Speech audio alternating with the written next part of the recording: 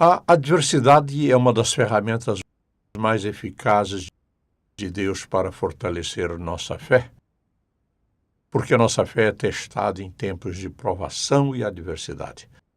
Mas se eu confio nele, o que acontece? Nada. Nada acontece, nada muda. Se eu confio nele e nada muda, continuo confiando nele e nada parece mudar, parece que nada está mudando, mas minha fé está crescendo. Dr. Charles Stanley começa aqui sua série de 4 partes, quando a adversidade chega. Mensagem de hoje, um olhar íntimo na adversidade. Adversidade, uma palavra que descreve o mundo em que você e eu vivemos. Quando você pensa em termos de adversidade, pensa em todos os tipos de palavras para descrevê-la. Um tempo de dificuldade, um tempo de angústia, um tempo de desastre, um tempo de tragédia, de trauma, de crise, de provações, tempo de miséria, aflição, sofrimento, dor, tristeza, perda. Em todo lugar é isso que vemos acontecendo. Este é um tempo terrível de adversidade para o mundo inteiro. Em qualquer lugar que você colocar o seu dedo no mapa, você encontrará todos os tipos de julgamentos que as pessoas estão enfrentando. Quando você passa por um julgamento e quando enfrenta a adversidade, como você reage? Você se queixa? Você pergunta a Deus, por que estás me tratando assim? Como você reage quando a adversidade chega? Aqueles tempos de provação e sofrimento e angústia e fardo, coisas que de fato não podemos explicar completamente. E quando você tenta dizer a alguém o que você está passando, você só pode dizer lutando. Mas a adversidade está em você. É um tempo de grande provação e dificuldades.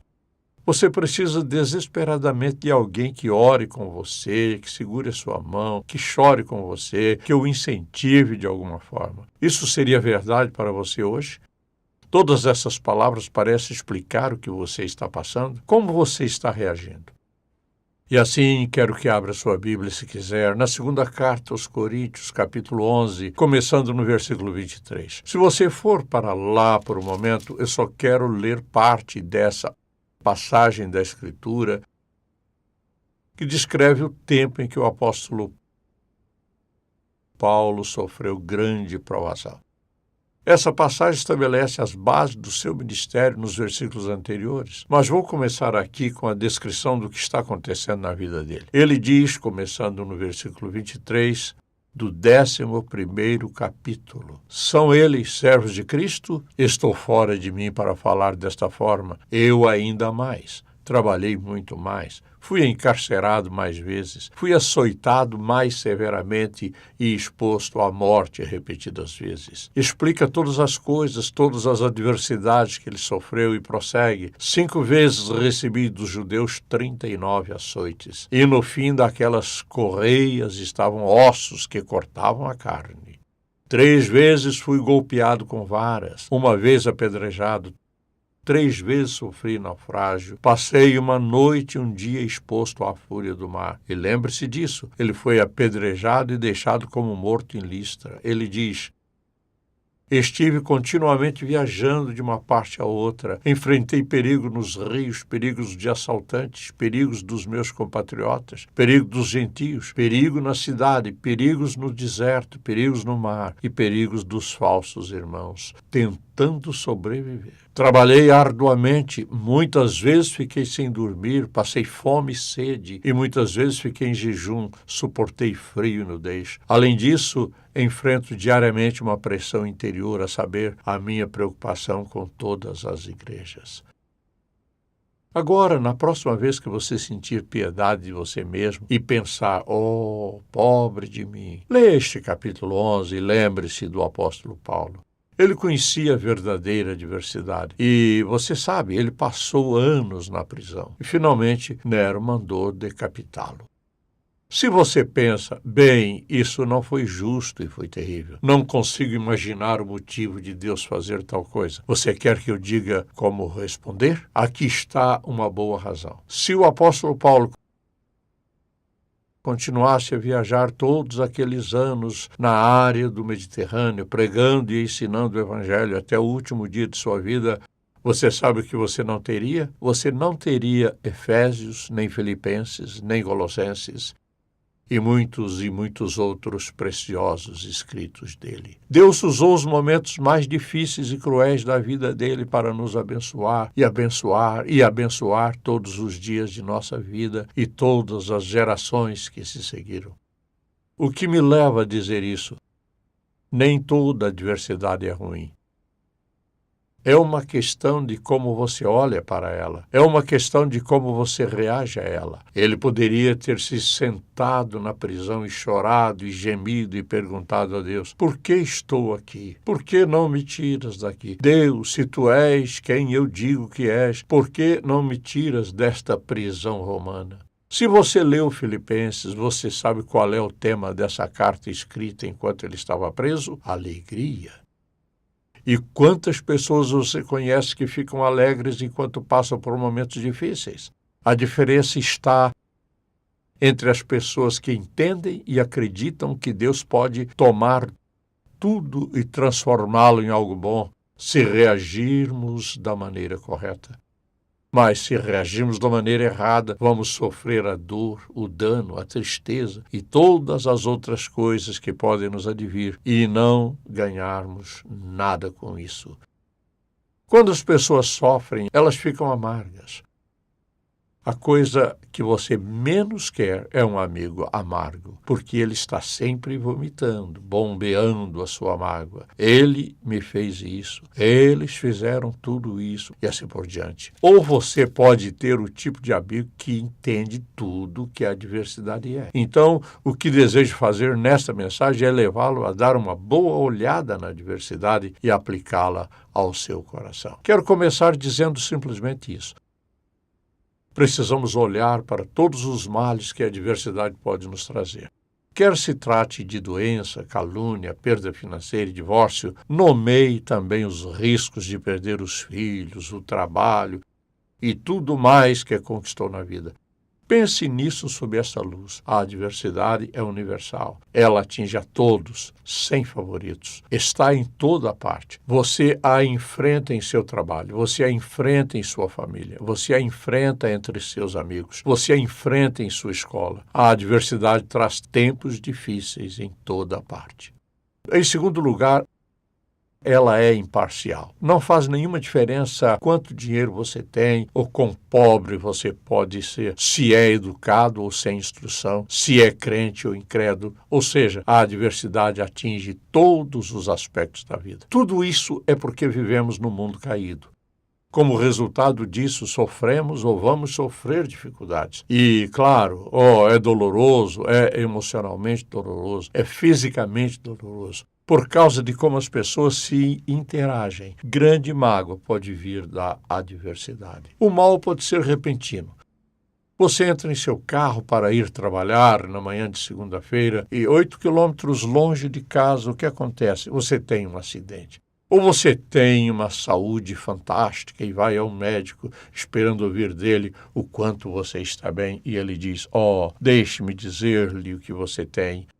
E você sai cheio de indignação, se perguntando por que Deus está fazendo isso com você. E às vezes o mal se prolonga. Continua por anos e anos e anos. Acho que as pessoas doentes por anos e anos e anos são as que mais sofrem. Ou passaram por algo muito triste, por exemplo, em seu casamento. Eles estão juntos, eles ficam lá dentro 20, 30, 40 anos e desejam nunca se terem conhecido. Mas eles estão ainda lá.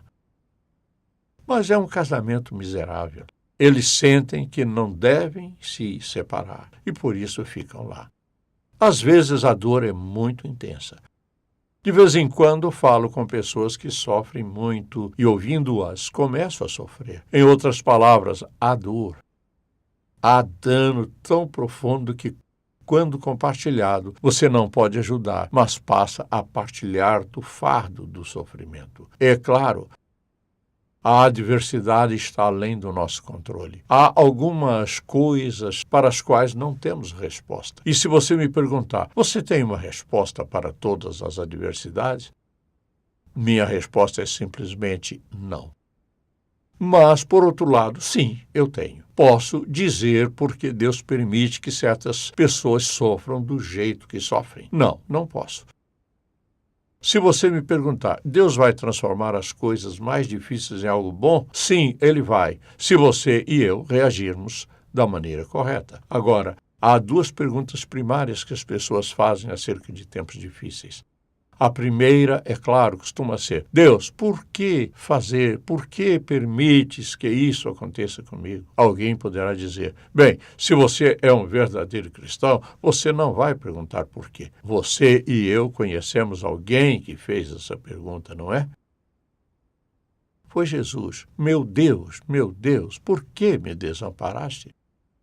A razão pela qual ele fez a pergunta é que estava levando a total culpa de toda a humanidade em seu corpo, em sua mente, em sua vontade, em sua emoção. Meu Deus, por que me desamparaste? Ele desfrutava com o Pai uma comunhão tão profunda que nenhum de nós pode ter na vida. Ele estava sentindo, ele estava carregando. Ele estava perguntando, meu Deus, por que me abandonaste? Sou grato pelo que ele fez, porque hoje há pessoas que fazem a mesma pergunta. Meu Deus, por que me deixas continuar nisso? Apenas leve-me desta casa, Deus. Ou por que permitiste que isso acontecesse? Portanto, a questão do porquê é relevante. Deixe-me dizer-lhe isso. Deus não fica chateado se você pergunta a Ele por quê. Ele sabe por que você quer saber qual a razão. Ele entende sua falta de compreensão e sua falta de conhecimento. Porque, ouça, você e eu olhamos para o hoje e Deus olha para o hoje, mas também para o amanhã. É por isso que Deus pode fazer o trabalho mais impressionante em nosso coração, mudando nossa atitude, levantando o fardo e fazendo todas as coisas em nossa vida. Ele não só vê nosso sofrimento e mágoa, ele sabe o que ele está fazendo e o que pretende fazer como resultado da aprovação. Quando a pergunta por que vem, me lembra aquela música. Estrias escuras em todas as mãos, eu não consigo entender todas as maneiras pelas quais Deus me levaria à bendita terra da promessa.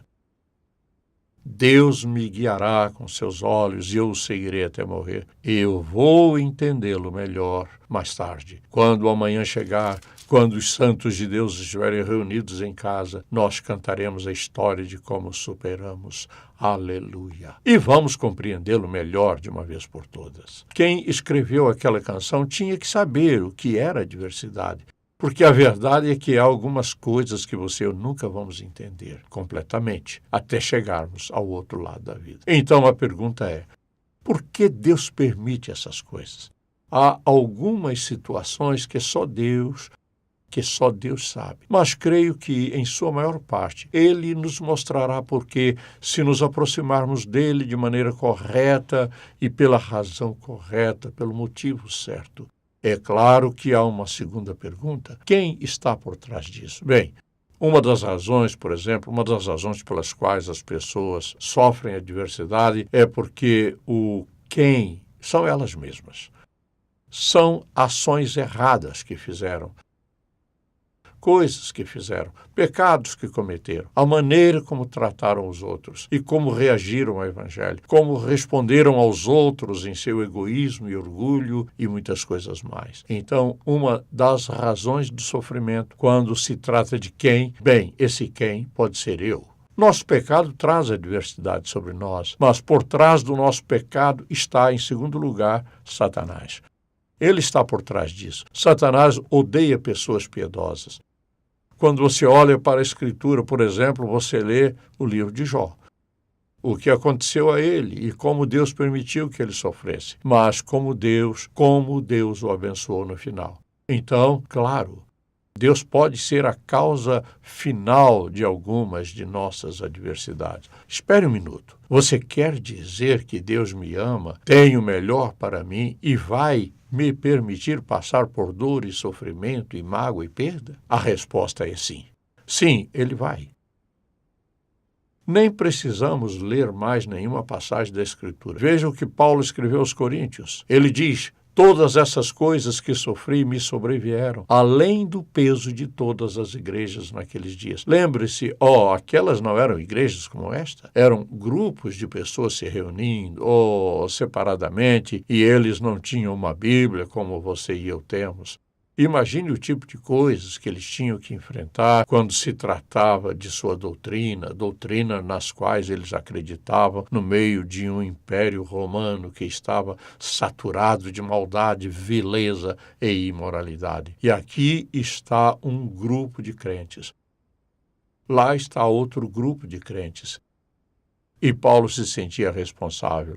E então, Deus permite a adversidade? Será que Ele mesmo a envia? Sim, Ele envia. No próximo capítulo, ouça atentamente. As perguntas, em outras palavras, nos dizem que sofremos por causa do nosso pecado ou por causa do diabo. Mas ouça isto. Para impedir que eu me exaltasse por causa da grandeza dessas revelações, foi-me dado um espinho na carne, um mensageiro de Satanás para me atormentar. 3 vezes roguei ao Senhor que o tirasse de mim. Deus me livre desta. Mas ele me disse: minha graça é suficiente para você, pois o meu poder se aperfeiçoa na fraqueza. Portanto, eu me alegrarei ainda mais em minhas fraquezas, para que o poder de Cristo repouse em mim. Por amor de Cristo, regozijo-me nas fraquezas, nos insultos, nas necessidades, nas perseguições, nas angústias, pois quando sou fraco é que sou forte. Então, Deus permite isso? Sim. Deus pode estar por trás disso? Sim. Mas, na maioria das vezes, as pessoas desobedecem a Deus e começam a sofrer as consequências. E é claro, Satanás está sempre atrás de todo tipo de sofrimento e dificuldades. Mas o que você e eu temos de fazer é isso. Temos de olhar para a nossa vida, ser honesto e dizer: será que eu mesmo provoquei esse problema? Porque esta é a lei de Deus. É a lei na qual vivemos. Nós colhemos o que semeamos, mais do que semeamos, mais tarde do que semeamos. Ou nós fazemos isso conosco mesmos, ou Satanás nos ataca e temos a ajuda e a força de Deus para nos livrar disso. Ou pode ser algo que Deus quer fazer em sua vida. A adversidade pode ser tratada corretamente se estamos dispostos a eliminar todas as desculpas e dizer: ok, Deus, qual é o teu propósito? Veja, se você se lembra de toda a lista das adversidades de Paulo, todas as coisas que ele sofreu, e Deus não as removeu. Mas Paulo se entregou a Deus, até que o Senhor lhe mostrou: estou fazendo algo em você para protegê-lo. Ouça, eu vou protegê-lo de arruinar seu testemunho. Vou protegê-lo de desperdiçar sua vida agindo da maneira que eu disse que agiria. A adversidade é uma das ferramentas mais eficazes de Deus para fortalecer nossa fé, porque a nossa fé é testada nas adversidades. E se eu confio nele, o que acontece? Nada muda. Eu confio nele e nada parece mudar. Mas o que está acontecendo? Parece que não está mudando, mas minha fé está crescendo. Estou confiando nele e observando que ele me ajuda e me fortalece e me capacita a viver através desta dor e mágoa e tudo o que possa ser. E assim é um tempo para o fortalecimento de nossa fé. Em segundo lugar, lembre-se deste princípio. Quando Deus envia adversidade, ele nunca a envia para nos ferir, mas para nos ajudar.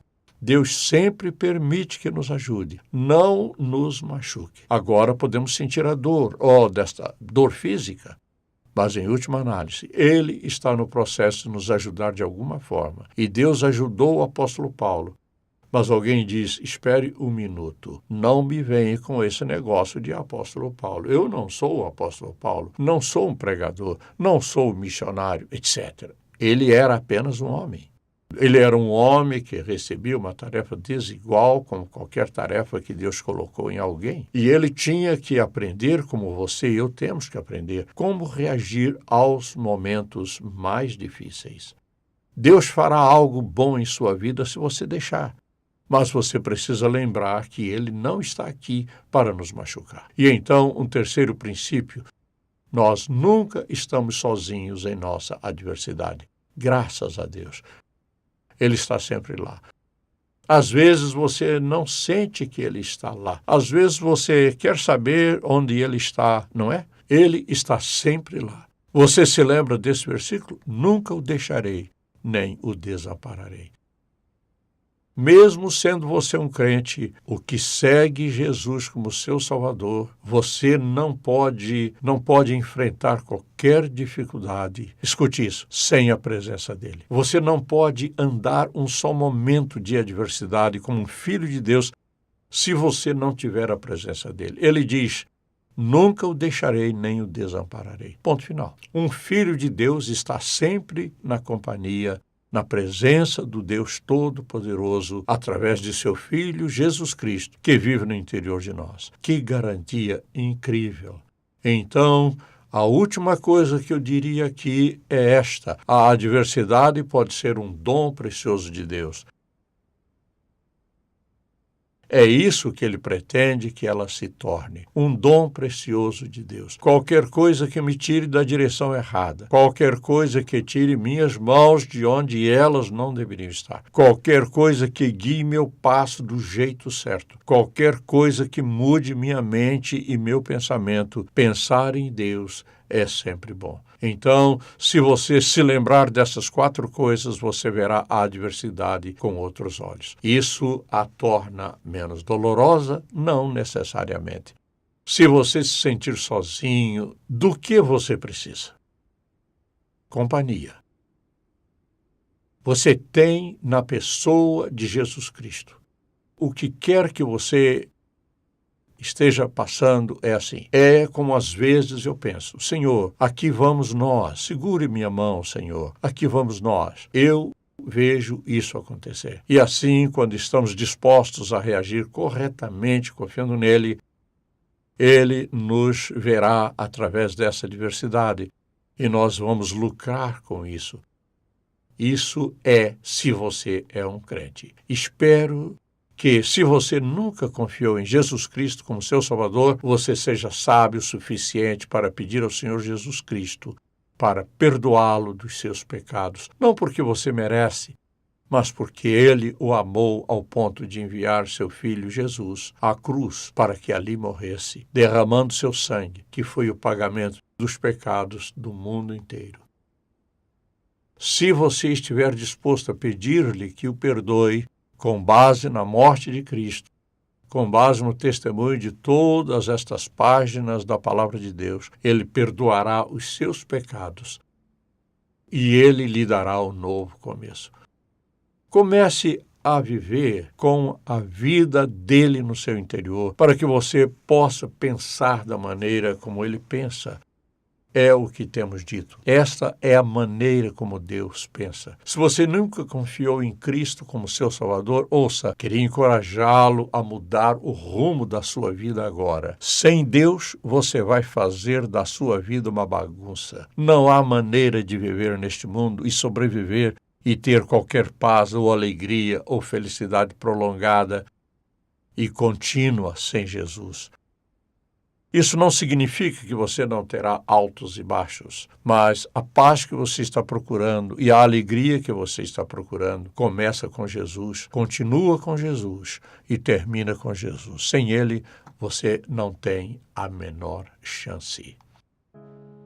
E Pai, nós te agradecemos pela incrível segurança da Tua palavra. E obrigado por todos os anos em que tens provado mais e mais a veracidade da Tua palavra.